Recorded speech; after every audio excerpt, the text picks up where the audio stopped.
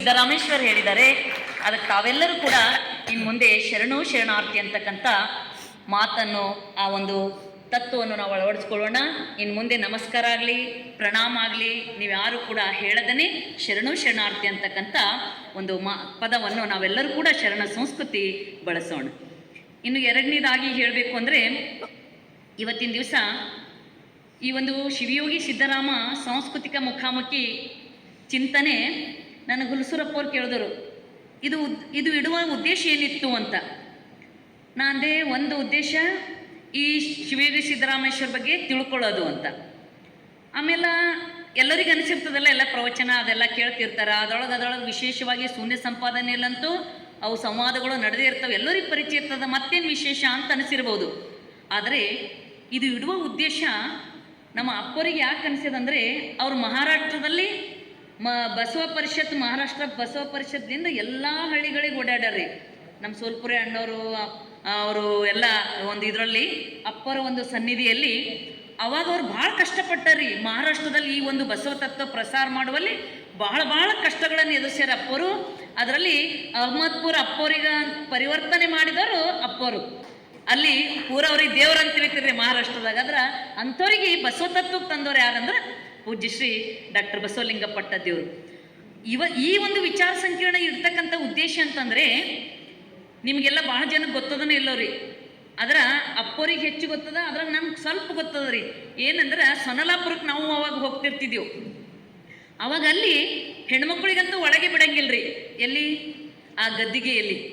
ಆದ್ರೆ ನಮ್ಗೆ ಆಶ್ಚರ್ಯ ಅನ್ನಿಸ್ತದ, ಹೆಣ್ಣು ಸಾಕ್ಷಾತ್ ಕಪಿಲ ಸಿದ್ಧ ಮಲ್ಲಿಕಾರ್ಜುನ ಅಂತ ಹೇಳಿರ್ತಕ್ಕಂಥ ಶಿವಯೋಗಿ ಸಿದ್ದರಾಮೇಶ್ವರ ಗದ್ದಿಯೊಳಗೆ ಹೆಣ್ಮಕ್ಳಿಗೆ ಬಿಡದೇ ಇರ್ತಕ್ಕಂಥ ಒಂದು ಸಂಸ್ಕೃತಿ ಅವ್ರು ಅಳವಡಿಸ್ಕೊಂಡು ಬಂದಾರ.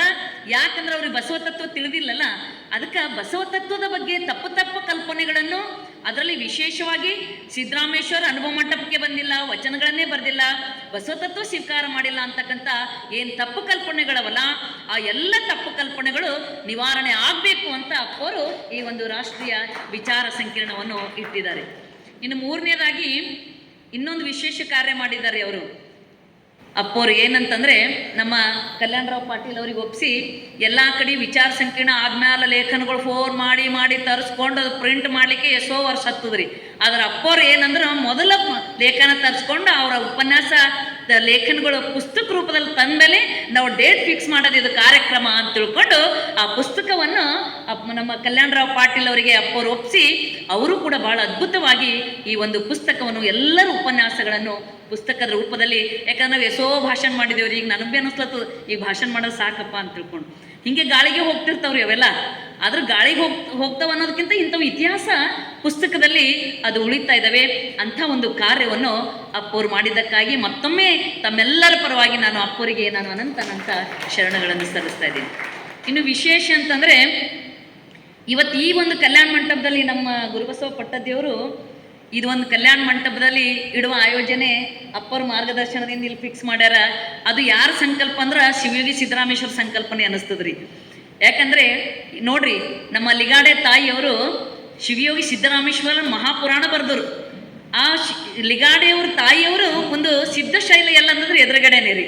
ಆ ಎದುರುಗಡೆ ಅವ್ರ ಶೈಲಾದ ಇಲ್ಲಿ ವಿಚಾರ ಸಂಕಿರಣ ನಡೆದ, ಅದು ಸಿದ್ದರಾಮೇಶ್ವರ ಒಂದು ಸಂಕಲ್ಪನೆ ಅಂತ ನಮ್ಗೆ ಅನಿಸ್ತಾ ಇದೆ. ಇಂಥ ಎಲ್ಲ ಒಂದು ವಿಷಯಗಳನ್ನು ಒಳಗೊಂಡು ನಿನ್ನೆ ಮತ್ತು ಇವತ್ತ ಈ ಒಂದು ವಿಚಾರ ಸಂಕಿರಣ ಅದ್ಭುತವಾಗಿ ನಡೆದಿದೆ. ಇದು ಸಮಾರೋಪ. ಇವತ್ತು ನಮ್ಮ ಅಣ್ಣನವರು ಶಂಕರ್ ದೇವನೂರು ಅಣ್ಣನವರು ಸಂಪರ್ಕ ನಮ್ಗೆ ಸುಮಾರು 15-20 ವರ್ಷದಿಂದ ಪ್ರತಿ ವರ್ಷ ವಚನ ವಿಜಯೋತ್ಸವಕ್ಕೆ ಈಗೊಂದು 6-7 ವರ್ಷ ಆಯ್ತು ಅವ್ರು ಬರಲ್ದು. ತಪ್ಪದೇ ಶರಣ ಉದ್ಯಾನದಿಂದಲೂ ಕೂಡ ಅವರು ಈ ಬಸವ ಸೇವಾ ಪ್ರತಿಷ್ಠಾನಕ್ಕೆ ಅವರು ಹಗಲು ರಾತ್ರಿ ಈ ಒಂದು ಮಾಡ್ತಕ್ಕಂಥ ಕಾರ್ಯಕ್ಕೆ ಅವರು ಸದಾಶಯವನ್ನು ವ್ಯಕ್ತಪಡಿಸ್ತಾ ಅವರು ಈ ಒಂದು ಕಾರ್ಯಕ್ಕಾಗಿ ಸದಾ ಪ್ರೇರಣೆಯನ್ನು ಕೊಡ್ತಕ್ಕಂಥ ಅಣ್ಣವರು ಬೆಳಗ್ಗೆ ಬಂದು ಶರಣ ಉದ್ಯಾನದಲ್ಲಿ ತಮ್ಮ ಅನುಭವ ನೀಡಿ ಮತ್ತೆ ಇವತ್ತಿಲ್ಲಿ ಸಮಾರೋಪ ನುಡಿ ಅವರ ಅದ್ಭುತವಾಗಿರ್ತಕ್ಕಂಥ ಮಾತುಗಳು. ಅವರು ಮಾತು ಕೊಟ್ಟಿದ್ದಾರೆ ಏನಂದ್ರೆ, ಪ್ರತಿ ವರ್ಷ ತಪ್ಪದೇ ನಾ ಬಸವ ಕಲ್ಯಾಣ ಬಂದು ಒಂದು ವಾರ ಇರ್ತೀನಿ, ಅನುಭವ ಮಾಡ್ತೀನಿ ಅಂತ ತಿಳ್ಕೊಂಡು, ಅದಕ್ಕೆ ಅಂಥ ಒಂದು ಕಾರ್ಯ ಅಣ್ಣವ್ರು ಮಾಡಬೇಕು ಅಂತ ತಿಳ್ಕೊಂಡು ನಾನು ಅಣ್ಣವರಲ್ಲಿ ಪ್ರಾರ್ಥಿಸ್ತಾ, ಮತ್ತು ವಿಶೇಷವಾಗಿ ಈ ಒಂದು ಸಮಾರಂಭದಲ್ಲಿ ಸುಮಾರು 25ರಿಂದ 30 ವಿಷಯಗಳು ಮಂಡನೆ ಆಗ್ಯಾವ್ರಿ. ಹೆಂಗೆ ಚಿಂತನೆ ಮಾಡಿ ಇಟ್ಟಾರ ಅಪ್ಪವ್ರು ಮತ್ತು ನಾವು ಕಲ್ಯಾಣರಾವ್ ಅಣ್ಣವರೆಲ್ಲ. ಮತ್ತು ಆಯ್ಕೆನೂ ಕೂಡ ಉಪನ್ಯಾಸಕರು ಕೂಡ ಅಷ್ಟೇ ಅದ್ಭುತವಾಗಿ ನಾನು ನಿನ್ನೆ ಕೆಲವ್ರದೆಲ್ಲ ಕೇಳಿನಿ ನಾನು. ಅದಕ್ಕೆ ಅಷ್ಟೊಂದು ಉಪನ್ಯಾಸಗಳು ಇಲ್ಲಿ ಮಂಡನೆಯಾಗಿದ್ದಾವೆ, ಅವೆಲ್ಲವೂ ಪುಸ್ತಕ ರೂಪದಲ್ಲಿ ಬಂದಿವೆ. ಅದಕ್ಕೆ ಅಂಥ ಪುಸ್ತಕಗಳನ್ನು ತಾವೆಲ್ಲರೂ ಖರೀದಿ ಮಾಡಿ ಮತ್ತು ಆ ಒಂದು ವಿಚಾರಗಳನ್ನು ಪ್ರಸಾರ ಮಾಡ್ತಕ್ಕಂಥ ಕಾರ್ಯವನ್ನು ಮಾಡಬೇಕು ಅಂತ ತಿಳಿಸಿ, ಇನ್ನು ಒಂದು ಮಾತು ಆ ಲೇಖನದಲ್ಲಿ ಪುಸ್ತಕದಲ್ಲಿ ಇದೆ ರೀ ನಂದು ಲೇಖನ ಏನಂದ್ರೆ, ವಿಶೇಷವಾಗಿ 12ನೇ ಶತಮಾನಕ್ಕಿಂತ ಪೂರ್ವದಲ್ಲಿ ಹೆಣ್ಮಕ್ಳ ಬಗ್ಗೆ ಹೆಂಗಿತ್ತು ಭಾವ ಅನ್ನೋದು ನಿಮ್ಗೆಲ್ಲರಿಗೂ ಗೊತ್ತದ, ನಾನೇನು ಹೇಳಬೇಕಾಗಿಲ್ಲ. 12ನೇ ಶತಮಾನ ನಂತರ ಕೂಡ ಶರಣರು ಏನು ಕೊಟ್ಟಿದ್ರಲ್ಲ ಹೆಣ್ಣು ಮಕ್ಕಳಿಗೆ ಸ್ಥಾನ, ಅದು 12ನೇ ಶತಮಾನ ನಂತರ ಕೂಡ ಅದು ಮತ್ತೆ ಕಳೆದು ಹೋಗಿದೆ ಅಂತ ನಮ್ಗೆ ಅನ್ನಿಸ್ತಾ ಇದೆ.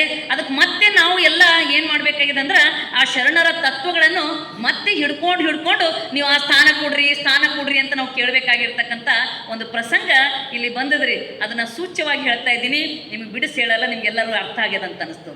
ಯಾಕಂದ್ರೆ ಆ ಮಾತು ನಾನು ಹೇಳೋದಲ್ರಿ, ಇದು ಯಾರು ಹೇಳ್ತಾರಂದ್ರೆ ಶಿವಯೋಗಿ ಸಿದ್ದರಾಮೇಶ್ವರ್. ಹೆಣ್ಣು ಹೆಣ್ಣಲ್ಲ, ಹೆಣ್ಣು ಸಾಕ್ಷಾತ್ ಕಪಿಲ ಸಿದ್ಧ ಮಲ್ಲಿಕಾರ್ಜುನ. ಅಷ್ಟೇ ಅಲ್ರಿ, ಅವ್ರು ಹೇಳ್ತಾರ ಏನಂದ್ರೆ, ಹೆತ್ತಳವೇ ಸಕಲ ಬ್ರಹ್ಮಾಂಡಗಳ ವಸುದೆ ಎಲ್ಲವೂ ಹೆಣ್ಣು ಅಂತ ನಾವೆಲ್ಲ ಕಾವ್ಯದಲ್ಲಿ ಪುರಾಣದಲ್ಲಿ ಹೇಳ್ಕೋದು ಬರ್ತೀವ್ರಿ. ಏನಂದ್ರೆ ಎಲ್ಲಕ್ಕ ಹೆಣ್ಣಿನ ಹೆಸರದ ರೀ, ನದಿ ಗಂಗಾ ನದಿ, ಸರಸ್ವತಿ ನದಿ, ಯಮುನಾ ನದಿ ಅಂತ ತಿಳ್ಕೊಂಡು ಎಲ್ಲ ಹೆಣ್ಣಿನ ಹೆಸರು ಇಡ್ತಾರೆ. ಮತ್ತೆ ಎಲ್ಲಕ್ಕ ಹೆಣ್ಣಿನ ಹೆಸರು ಇಡ್ತಾರೆ. ಮತ್ತೆ ಹೆಣ್ಣೆಲ್ಲಿ ಇರ್ಬೇಕ್ರಿ, ಮೂಲೆಗಿರ್ಬೇಕು ಅಂತ ತಿಳ್ಕೊಂಡು ಹೇಳ್ತಾರಲ್ಲ. ಆಕಿ ಹೊರಗೆ ಬರಬಾರ್ದ್ರಿ, ಯಾವುದಕ್ಕೂ ಕೂಡ ಆಕಿ ಮುಂದೆ ಆಗ್ಬಾರ್ದು. ಮತ್ತು ಮುಂದೆ ಯಾರ ಹೊಂಟ್ರಂದ್ರೆ ಮತ್ತೆ ಅವ್ರಿಗೆ ಹೆಂಗೆ ಸಿನ್ಸಾರಿಸ್ಬೇಕಂತ ಒಳ ಸಂಚುಗಳೆಲ್ಲ ನಡೀತಾನೆ ಇರ್ತಾವ. ಆದ್ರೆ ನೋಡ್ರಿ ಶರಣರು ಎಂಥ ಒಂದು ತತ್ವ ಸಿದ್ಧಾಂತ ಅವರು ಮಂಡಿಸ್ರಂದ್ರೆ, ವೈಜ್ಞಾನಿಕವಾಗಿರ್ತಕ್ಕಂಥ ತತ್ವ ಸಿದ್ಧಾಂತ ಯಾವುದಂದ್ರೆ, ಅವ್ರು ಹೇಳ್ತಾರೆ, ಯಾಕೆ ಅವ್ರು ಹೇಳ್ತಾರಂದ್ರೆ, ನಾನು ಮೊದಲ ಸ್ತ್ರೀ ಆಗಿದ್ದೆ. ಯಾರು? ಶಿವಯೋಗಿ ಸಿದ್ದರಾಮೇಶ್ವರ್ ಹೇಳ್ತಾರೆ, ನಾನು ಮೊದಲ ಸ್ತ್ರೀ ಆಗಿದ್ದೆ, ನಂತರ ಪುರುಷನಾದೆ. ನೋಡ್ರಿ ಎಂಥ ವೈಜ್ಞಾನಿಕವಾಗಿರ್ತಕ್ಕಂಥ ಮಾತು ಶಿವಯೋಗಿ ಸಿದ್ದರಾಮೇಶ್ವರ್ ಹೇಳಿದ್ರಂದ್ರೆ, ಎಲ್ಲ ಪಿಂಡಗಳು ತಾಯಿಯ ಗರ್ಭದಲ್ಲಿ ಮೊದಲ ಸ್ತ್ರೀ ಪಿಂಡವಾಗಿ ಅಲ್ಲಿ ಇರ್ತದೆ. ಆನಂತರ ಕ್ರೋಮೋಜೋಮ್ ಕಾರ್ಯ ಮಾಡಿದಾಗ ಅದು ಪುರುಷ ಪಿಂಡನಾಗಿ ಬೆಳೀತದೆ. ಅದಕ್ಕೆ ಹೆತ್ತಳವೇ ಸಕಲ ಬ್ರಹ್ಮಾಂಡಗಳ ಇಡೀ ಮಾನವ ಜನಾಂಗ ಹುಟ್ಟಬೇಕಾದ್ರೆ ಯಾರು ಕಾರಣ ಅಂದ್ರೆ ಸ್ತ್ರೀ ಕಾರಣ. ಅದಕ್ಕೆ ಮೊದಲು ಎಲ್ಲರೂ ಸ್ತ್ರೀಯಾಗಿ ಇರ್ತಾರ, ಆಮೇಲೆ ಪುರುಷರಾಗ್ತಾರೆ ಅಂತಕ್ಕಂಥ ಒಂದು ವೈಜ್ಞಾನಿಕ ಸತ್ಯ ವಚನಗಳಲ್ಲಿ ಶಿವಯೋಗಿ ಸಿದ್ದರಾಮೇಶ್ವರು ಇಲ್ಲಿ ವ್ಯಕ್ತಪಡಿಸಿದ್ದನ್ನು ನಾವು ನೋಡಿದರೆ ಬಹಳ ನಮಗೆ ಆಶ್ಚರ್ಯ ಆಗ್ತದೆ.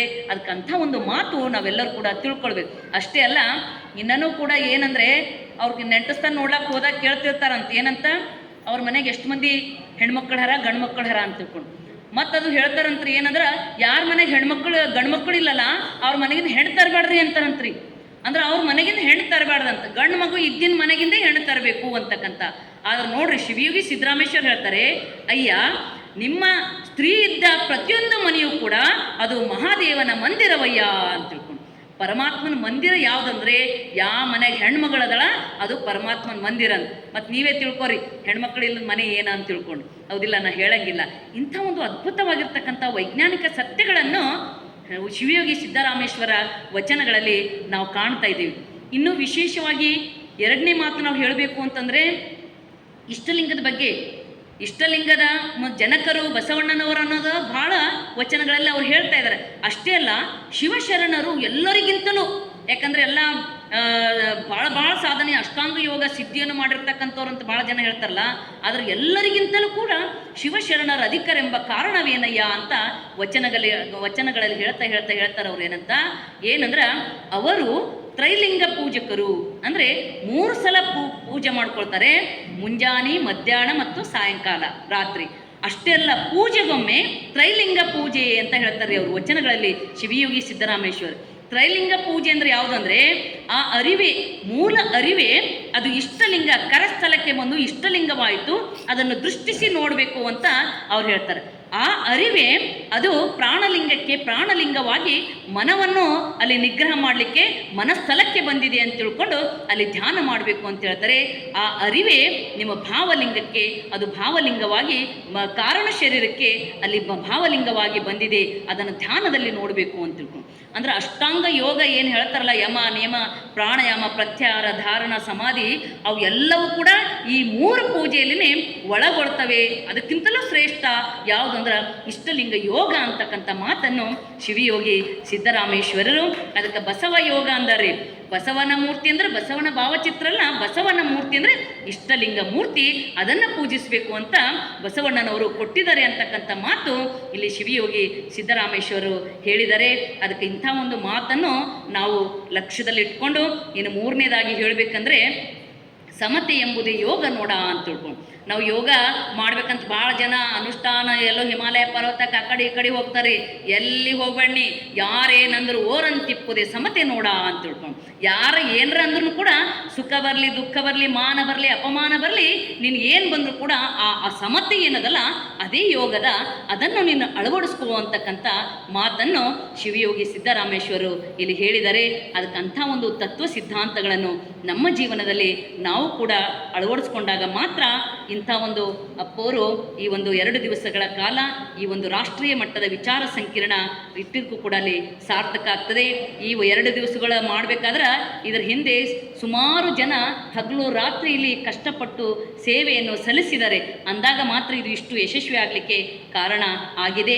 ಅದಕ್ಕಂಥ ಒಂದು ತ್ಯಾಗ ಬಲಿದಾನ ಶರಣರು 12ನೇ ಶತಮಾನದಲ್ಲಿ ಮಾಡಿದ್ರು.